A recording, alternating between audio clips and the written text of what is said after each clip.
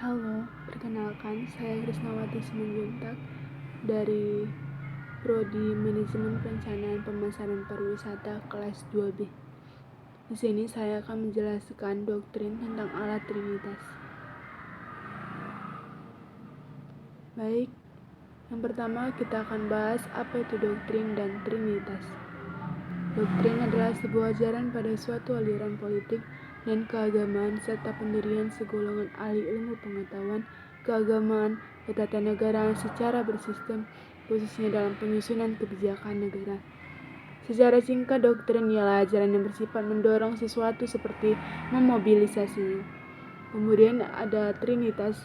Trinitas adalah Allah yang satu hakikat dalam tiga pribadi, yaitu Allah Bapa, Allah Putra, dan Allah Roh Kudus.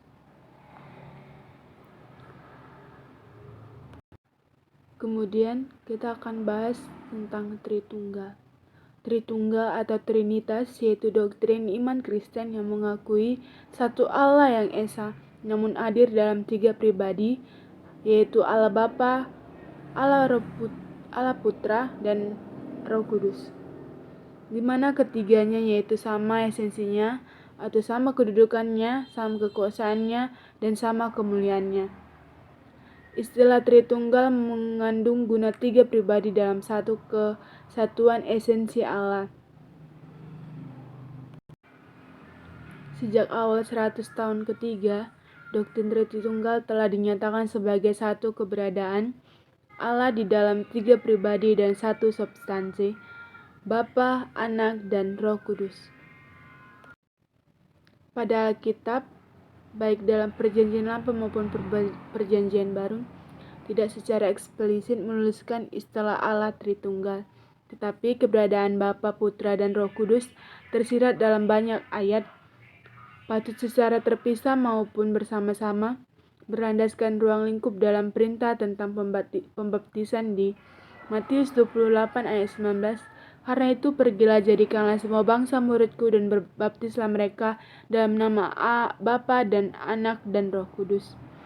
Doktrin Tritunggal mendapatkan wujudnya seperti sekarang, yaitu berlandaskan firman Tuhan dalam Injil. Ucapan Yesus, saya di dalam Bapa dan Bapa di dalam aku, dapat dipakai sebagai menjelaskan istilah pribadi, sifat, esensi, substansi, istilah-istilah yang belum pernah dipakai oleh para rasul. Karena kekurangpahaman dalam membaca Injil, beberapa orang atau kumpulan menyangkal bahwa doktrin yang dinyatakan pada 100 tahun keempat tersebut didasarkan pada gagasan Kristen dan bahwa doktrin itu merupakan sebuah kelainan dari nasihat Kristen mula-mula tentang Allah. Bahkan mempunyai yang menyalahkan bahwa doktrin tersebut meminjam pemikiran pra-Kristen tentang Trinitas ilahi yang dipahami. Kemudian sini yang pertama kita akan membahas Allah Bapa.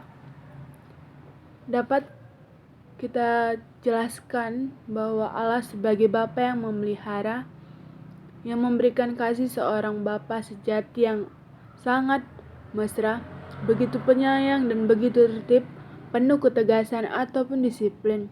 Bapa Surgawi tidak pernah sama dengan para Bapa yang lainnya, seperti Bapak-bapak pada umumnya atau para ayah pada umumnya. Dunia ini dalam hal ini, kasih dan karakter yang tidak dapat terbandingi dengan kasih dan karakter Bapa Surgawi. Allah sebagai Bapa Surgawi merupakan Bapa yang sempurna dari segala Bapa, yaitu bapak-bapak atau para ayah dunia yang yaitu gambaran dan rupa duplikat dan bayangan dari Sang Bapa Surgawi yang murni. Itulah dapat kita tahu bahwa Bapa tidaklah lebih tinggi daripada Anak ataupun juga dengan Roh Kudus. Selanjutnya yang kedua kita akan membahas tentang Allah Anak atau sering disebut dengan Allah Putra. Allah sebagai teladan dengan Dia merendahkan dirinya dalam rupa manusia dan mengenakan nama Yesus yang yaitu Kristus, taat pada semua hukum yang telah Dia tetapkan, mati di kayu salib, dikuburkan, lalu bangun pada hari yang ketiga dan naik ke surga, dan dari sana Dia hendak datang sebagai menghakimi orang yang hidup dan mati. Dia yaitu teladan iman sejati dan sumber kehidupan untuk orang Kristen. Allah telah menunjukkan kasih-Nya yang terbesar dengan dibuat menjadi anak yang mati di kayu salib. Ini yaitu berita Injil yang yaitu daya Allah. Alkitab menyatakan bahwa anak merupakan yang anak sulung Allah dari semua anak-anak Allah, dimasukkan bahwa anak pun merupakan sahabat sejati yang rela mengorbankan nyawanya dan tidak menyayangkan sama sekali sebagai manusia dapat diterima sebagai anak-anak Allah. Dapat kita ketahui bahwa anak mempunyai di dalam Bapa dan Bapa mempunyai di dalam anak. Selanjutnya yang ketiga kita akan membahas yaitu Allah Roh Kudus. Allah sebagai pembimbing, pendamping, penolong, penyerta, dan penghibur yang tidak terlihat, namun mempunyai dalam hati setiap manusia yang mengaku bahwa Yesus Kristus yaitu Tuhan dan hidup di dalamnya. Roh Kudus bukanlah tenaga giat. Roh Kudus bukanlah kebijaksanaan atau pikiran tertinggi dari semua lingkaran kehidupan jagat kosmik. Roh Kudus bukanlah manusia tokoh pendiri suatu agama baru. Roh Kudus tidak pernah berbau hal yang mistik. Memang mempunyai bahwa Allah itu maha kuasa. Tetapi Roh Kudus itu bukan sekedar kuasa atau daya, tetapi Roh Kudus yaitu Allah, karena Allah itu roh. Dengan demikian Roh Kudus yaitu pribadi Allah itu sendiri dan merupakan ronde yang tidak terpisahkan dari Allah. Kepribadian Roh Kudus tidak pernah lebih rendah daripada Bapa maupun Anak. Selanjutnya kita akan membahas dasar-dasar Alkitabiah Tritunggal.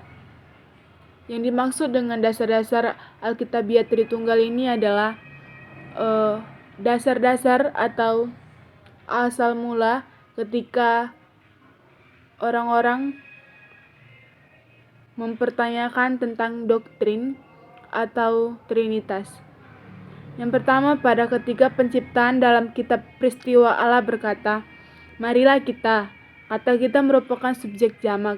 Kemudian yang kedua, ketika Yesus dibaptis di Sungai Yordan, Dia menunjukkan kepribadiannya pada ketika yang sama dan muncul berkali-kali bersama-sama dengan Roh Kudus. Atau dalam manifestasi burung merpati, turun ke atas anak dan Bapa berfirman sebagai dengan lantang penuh kasih. Selanjutnya, ketika penciptaan di mana Bapa mencipta, Anak berfirman dan Roh Kudus yang memulihkan atau melayang-layang sempurna. Kemudian, ketika pencurahan Pentakosta di mana Bapa mengutus Anak yang memberikan Roh Kudus dan Roh Kudus tercurah pada murid-murid Yesus yang mempunyai di atas sotang. Kemudian ketika Yesus mempunyai di atas gunung, setelah Dia meneladani manusia dengan berdoa, Dia menunjukkan kemuliaannya dan menampakkan kepribadiannya. Dengan wajahnya bercahaya seperti matahari dan pakaiannya dibuat menjadi putih bersinar seperti terang.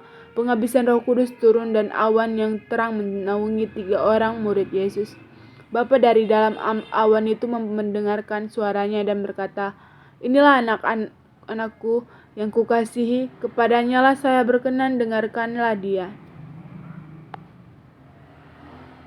Kemudian jika ada yang menyetujui tentang Tritunggal, maka ada anti-Tritunggal.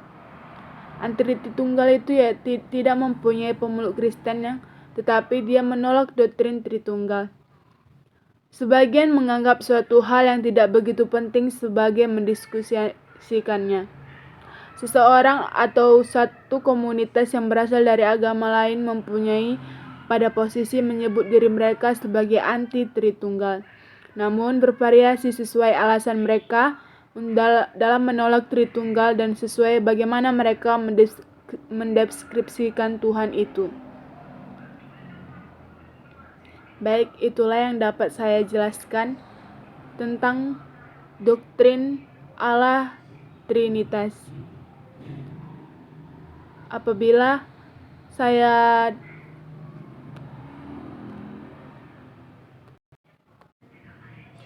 terdapat salah-salah kata